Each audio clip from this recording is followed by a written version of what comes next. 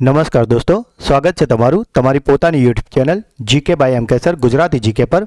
આજે આપણે આ વિડીયોમાં 27 ડિસેમ્બર 2025ના 15 મોસ્ટ આઈએમપી ટોપિકને ડિટેલમાં કવર કરીશું, એ પણ ખૂબ જ ઝડપથી। તો પૂરો વિડીયો બહુ જ ધ્યાનથી જોજો અને જો તમે આ ચેનલના વિડીયોને દરરોજ ફોલો કરો છો તો તમારી તમામ સરકારી સ્પર્ધાત્મક પરીક્ષાઓ જેવી કે પોલીસ, તલાટી, clerk, banking, STI, DYSO, TET, TAT વગેરે જેવી જીપીએસસી અને ગૌણ સેવાની તમામ સ્પર્ધાત્મક પરીક્ષામાં આ ચેનલ તમને ખૂબ જ ફાયદો અપાવશે, કારણ કે આપણે અહીંયા દરરોજ, અઠવાડિયે અને મહિને રિવિઝન પર કરાવીએ છીએ અને દરેક વિડીયોના એન્ડમાં તમારી ટેસ્ટ હોય છે। તો મિત્રો, જો હજુ સુધી ચેનલને સબસ્ક્રાઇબ ના કરી હોય તો અત્યારે જ કરી લેજો। તો ચલો વિડીયો સ્ટાર્ટ કરીએ છીએ। સૌથી પહેલાં ગઈકાલના 15 પ્રશ્નોનું ફટાફટથી એક રિવિઝન કરી લઈએ। ગઈકાલનો પહેલો પ્રશ્ન હતો, ભારતમાં કઈ તારીખે ગુડ ગવર્નન્સ ડે ઉજવવામાં આવે છે? તો મિત્રો, આજે ગુડ ગવર્નન્સ ડે છે, જે પૂર્વ પ્રધાનમંત્રી અટલ બિહારી વાજપેયીની જન્મજયંતિ પર ઉજવવામાં આવે છે અને તે ઉજવાય છે 25 ડિસેમ્બરના રોજ। ટેસ્ટ એટલાસ 2025-26 રેન્કિંગ અનુસાર વિશ્વના 100 શ્રેષ્ઠ ફૂડ સિટીઝની યાદીમાં કયું ભારતીય શહેર ટોચ પર છે? તો મિત્રો, આજે 100 શ્રેષ્ઠ શહેર ફૂડ સિટીઝ બહાર પડ્યા છે, તેમાં મુંબઈએ ટોપ 10માં પોતાની જગ્યા બનાવી છે અને તે આ સૂચિમાં 5મા સ્થાન પર છે। ભારતનું કયું રાજ્ય 3 વર્ષનું રોલિંગ બજેટ તૈયાર કરનારું પ્રથમ રાજ્ય બન્યું છે? તો મિત્રો, આજે 3 વર્ષ માટે રોલિંગ બજેટ છે તે તૈયાર કર્યું છે મધ્યપ્રદેશે। પુરુષોના લિસ્ટ એ ક્રિકેટમાં સદી ફટકારનાર સૌથી યુવા ખેલાડી કોણ બન્યો છે? તો મિત્રો, આ સૌથી યુવા ખેલાડી જેણે પુરુષ લિસ્ટ એ ક્રિકેટમાં સદી ફટકારી છે તે છે વૈભવ સૂર્યવંશી। ભારતે ડિસેમ્બર 2025માં કયા દેશને $450 મિલિયન પુનઃનિર્માણ પેકેજની જાહેરાત કરી છે? તો મિત્રો, આ જાહેરાત કરી છે ભારતે પોતાના પડોશી દેશ શ્રીલંકા માટે। શ્રીલંકામાં જે ચક્રવાત આવ્યું હતું દિતવા, તેના કારણે ભારે નુકસાન થયું હતું અને તેથી જ ભારતે શ્રીલંકાના પુનઃનિર્માણ માટે આ પેકેજની જાહેરાત કરી છે। ઇસરોએ તાજેતરમાં કયા દેશની કંપની AST સ્પેસ મોબાઈલના બ્લૂબર્ડ બ્લોક 2 ઉપગ્રહો લોન્ચ કર્યા છે? તો મિત્રો, આજે AST સ્પેસ મોબાઈલ છે તે કંપની છે USA અમેરિકાની। રંજના બોરદોલઈ મુખ્યત્વે કયા પ્રાદેશિક સિનેમા સાથે સંકળાયેલા હતા?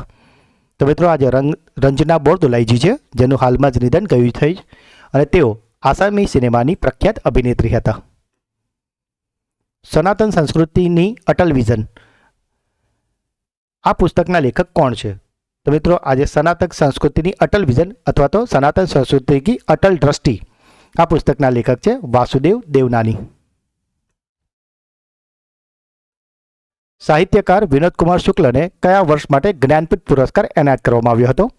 તો મિત્રો, આજે વિનોદ કુમાર શુક્લ છે, જે હિન્દી સાહિત્યના ખૂબ જ પ્રસિદ્ધ કવિ હતા અને સાહિત્યકાર હતા, જેમનું હાલમાં 23 ડિસેમ્બરના રોજ નિધન થયું છે અને તેમને 2024માં જ્ઞાનપીઠ પુરસ્કાર અપાયો હતો અને સાથે જ 1999માં તેમને સાહિત્ય અકાદમી પુરસ્કાર અર્પણ કરાયો હતો।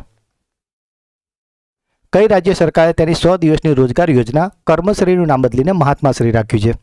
તો મિત્રો, આજે કર્મશ્રી યોજના છે, જે હવે મહાત્માશ્રીના નામથી ઓળખાશે, તે છે પશ્ચિમ બંગાળની। યુનાઇટેડ નેશન કન્વેન્શન અગેન્સ્ટ કરપ્શનની કોન્ફરન્સ ઓફ સ્ટેટસ પાર્ટીનું 11મું સત્ર ક્યાં યોજાયું હતું? તો મિત્રો, આ 11મું સત્ર યોજાયું છે કતરના દોહા ખાતે। એશિયન યુથ પેરા ગેમ્સ 2025ની અંતિમ મેડલ ટેલીમાં કયો દેશ પ્રથમ ક્રમે છે?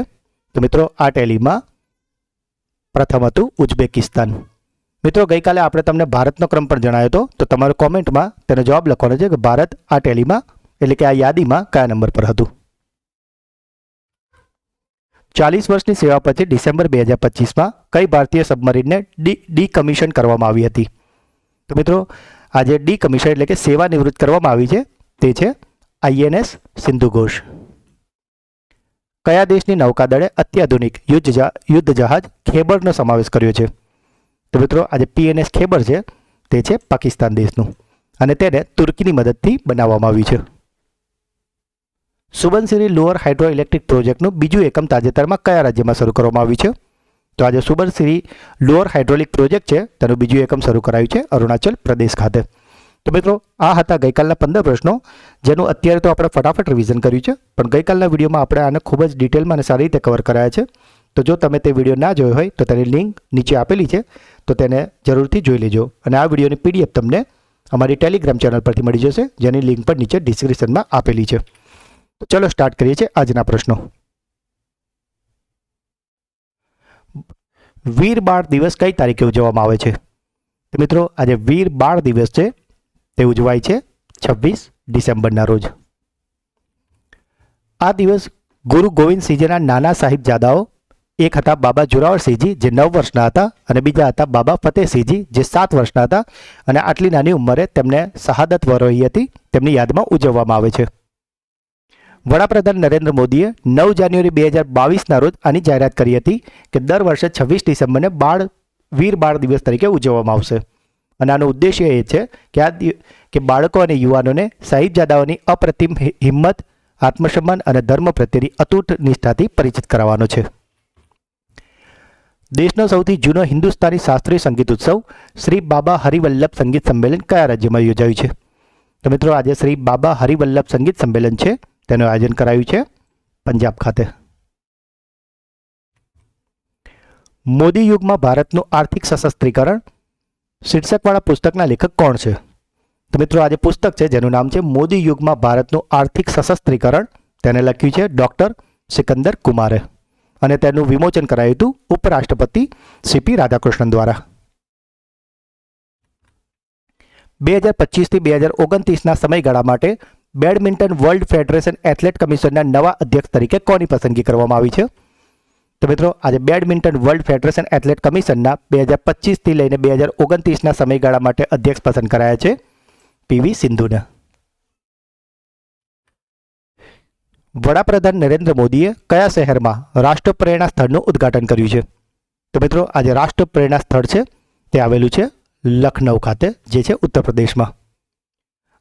જો આ રાષ્ટ્રપ્રેરણા સ્થળની વાત કરીએ તો તેમાં 3 મહાન રાષ્ટ્રવાદી ભૂતપૂર્વ પ્રધાનમંત્રી અટલ બિહારી વાજપેયી, ડૉક્ટર શ્યામપ્રસાદ મુખર્જી અને પંડિત દીનદયાળ ઉપાધ્યાયની 65 ફૂટ ઊંચી કાંસાની પ્રતિમાઓ કેમ્પસમાં સ્થાપિત કરવામાં આવી છે. મિત્રો આપ જે બાજુમાં ઇમેજ છે તેમાં પણ એ પ્રતિમાઓ જોઈ શકો છો. તાજેતરમાં કોણે સંથાલી ભાષામાં ભારતનું બંધારણ બહાર પાડ્યું છે? તો મિત્રો આ સંથાલી ભાષામાં ભારતનું બંધારણને બહાર પાડ્યું છે દ્રૌપદી મુર્મુજીએ, જે આપણા રાષ્ટ્રપતિ છે. ભારતની સૌથી મોટી ગોળાકાર પથ્થરની ભૂલભુલામણી કયા જિલ્લામાં મળી આવી છે? તો મિત્રો આ જે ભૂલભુલામણી છે આપ ઇમેજમાં જોઈ રહ્યા છો, આ જે ભૂલભુલામણી છે તે મળી આવી છે મહારાષ્ટ્રના સોલાપુર ખાતે. આ ભૂલભુલામણી સોલાપુર જિલ્લાના બોરામણી ઘાસના મેદાનમાંથી મળી આવી છે અને નિષ્ણાંતો જણાવે છે કે આ રચના લગભગ 2000 વર્ષ જૂની છે, જે સાતવાહન રાજવંશના સમયની હોવાનું માનવામાં આવે છે. કઈ રાજ્ય સરકારે તાજેતરમાં બારાપુત્ર ઐતિહાસિક ગામ યોજનાને મંજૂરી આપી છે? તો મિત્રો આજે બારાપુત્ર ઐતિહાસિક ગામ યોજના છે તેને મંજૂરી અપાઈ છે ઓડિશા રાજ્યમાં. ખેલો ઇન્ડિયા ટ્રાઇબલ ગેમ્સના સત્તાવાર મેસ્કોટનું નામ શું છે?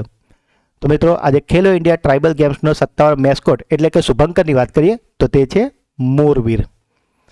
સ્પોર્ટ ફેસ્ટિવલનો માસ્કોટ વીર છે, જે ભારતનું રાષ્ટ્રીય પક્ષી મોરનું પ્રતિનિધિત્વ કરે છે અને આનો ઉદ્દેશ્ય છે આદિજાતિ રમતોત્સવનો જે અંતરિયાળ પ્રદેશોની પરંપરાગત રમતોની પ્રતિભાઓ છે તેમને રાષ્ટ્રીય મંચ પૂરું પાડવાનો અને આદિવાસી સંસ્કૃતિનું જતન કરવાનો છે. કયા દેશને ભારતના પ્રથમ ગ્રીન ટાઉન તરીકે પ્રમાણિત કરવામાં આવ્યું છે? તો મિત્રો આજે ભારતનું પ્રથમ જે ગ્રીન ટાઉન બની ગયું છે તે છે મોઢેરા. મોઢેરા ભારતનું પ્રથમ શહેર છે જે 24/7 એટલે કે અઠવાડિયાના 7 દિવસ 24 કલાક સૌર ઉર્જાથી ચાલે છે અને માટે તે ભારતનું પ્રથમ ગ્રીન ટાઉન બની ગયું છે. રેલ વિકાસ નિગમ લિમિટેડના નવા ચેરમેન અને મેનેજિંગ ડિરેક્ટર તરીકે કોની નિમણૂક કરવામાં આવી છે? તો મિત્રો આજે રેલ વિકાસ નિગમ લિમિટેડના નવા ચેરમેન બની ગયા છે સલીમ અહેમદ. હિન્દુસ્તાન એરોનોટિક્સ લિમિટેડે તાજેતરમાં કઈ દેશની કંપની સેફ્રાન ઇલેક્ટ્રોનિક્સ એન્ડ કંપની સાથે કરાર પર હસ્તાક્ષર કર્યા છે? તો મિત્રો આજે Hindustan Aeronautics Limited Safran Electronics and company સાથે કરાર કર્યા છે અને આ કંપની છે ફ્રાન્સ દેશની. વિશ્વનું સૌથી મોટું ઓપન થિયેટર ધનુયાત્રા ભારતના કયા રાજ્યમાં યોજવામાં આવે છે? તો મિત્રો આજે ધનુયાત્રા છે કે જે વિશ્વનું સૌથી મોટું ઓપન થિયેટર ગણાય છે તે આવેલું છે ઓડિશામાં. ઝીરો વેસ્ટ મોડલ પર આધારિત ભારતનો પ્રથમ આધુનિક ગાર્બેજ પાર્ક ક્યાં બનાવવામાં આવી રહ્યો છે? તો મિત્રો આજે ઝીરો વેસ્ટ મોડલનો આધારિત ગાર્બેજ પાર્ક બનાવાઈ રહ્યો છે દિલ્હીમાં. કયા દેશે 2036 સુધીમાં ચંદ્ર પર પરમાણુ પાવર પ્લાન્ટ સ્થાપવાની જાહેરાત કરી છે? તો મિત્રો 2036 સુધીમાં ચંદ્ર પર પરમાણુ પાવર પ્લાન્ટ સ્થાપવાની જાહેરાત કરી દીધી છે રશિયાએ. તો મિત્રો આ હતા આજના 15 પ્રશ્નો. હવે સમય છે તમારી બ્રેઇન બૂસ્ટર ટેસ્ટનો, જેના જવાબો તમારે કોમેન્ટ કરવાના છે. આજનો પહેલો પ્રશ્ન છે, મોદી યુગમાં ભારતનું આર્થિક સશસ્ત્રીકરણ શીર્ષકવાળા પુસ્તકના લેખક કોણ છે? વડાપ્રધાન નરેન્દ્ર મોદીએ કયા શહેરમાં રાષ્ટ્ર પ્રેરણા સ્થળનું ઉદ્ઘાટન કર્યું છે? વિશ્વનું સૌથી મોટું ઓપન થિયેટર ધનુયાત્રા ભારતના કયા રાજ્યમાં યોજવામાં આવે છે? તો મિત્રો ત્રણેય પ્રશ્નોના જવાબો તમારે કોમેન્ટ કરવાના છે અને આ વિડીયોની પીડીએફ તમને અમારી ટેલિગ્રામ ચેનલ પરથી મળી જશે. અને જો તમે આ ચેનલના વિડીયોને દરરોજ જુઓ છો તો તમારી તમામ સ્પર્ધાત્મક પરીક્ષામાં આ ચેનલ તમને ખૂબ જ ફાયદો અપાવશે, કારણ કે આપણે અહીંયા દરરોજ એવા જ 15 પ્રશ્નો લઈએ છીએ જે પરીક્ષાની દ્રષ્ટિએ જે ખૂબ જ વધારે પડતા ઉપયોગી હોય. તો મિત્રો જો હજુ સુધી ચેનલને સબસ્ક્રાઇબ ના કરી હોય તો તમને રિક્વેસ્ટ છે કે અત્યારે જ કરી લો. વિડીયો તમને ગમ્યો હોય તો તેને લાઇક કરો. જે પણ પ્રશ્ન પૂછવામાં આવે છે કે તમારો કોઈ ડાઉટ છે તો તેને કોમેન્ટ કરો. વિડીયોને વધારેમાં વધારે તમારા વોટ્સઅપ, ટેલિગ્રામ, સોશિયલ મીડિયા અને તમામ મિત્રોમાં શેર કરો. અને ફરીથી મિત્રો, જો હજુ સુધી ચેનલને સબસ્ક્રાઇબ ના કરી હોય તો પ્લીઝ અત્યારે જ કરી લેજો. તો મિત્રો મળીએ છીએ એક નવા વિડીયોમાં. ત્યાં સુધી ભણતા રહો, આગળ વધતા રહો. જય હિન્દ, જય ભારત, જય ગુજરાત.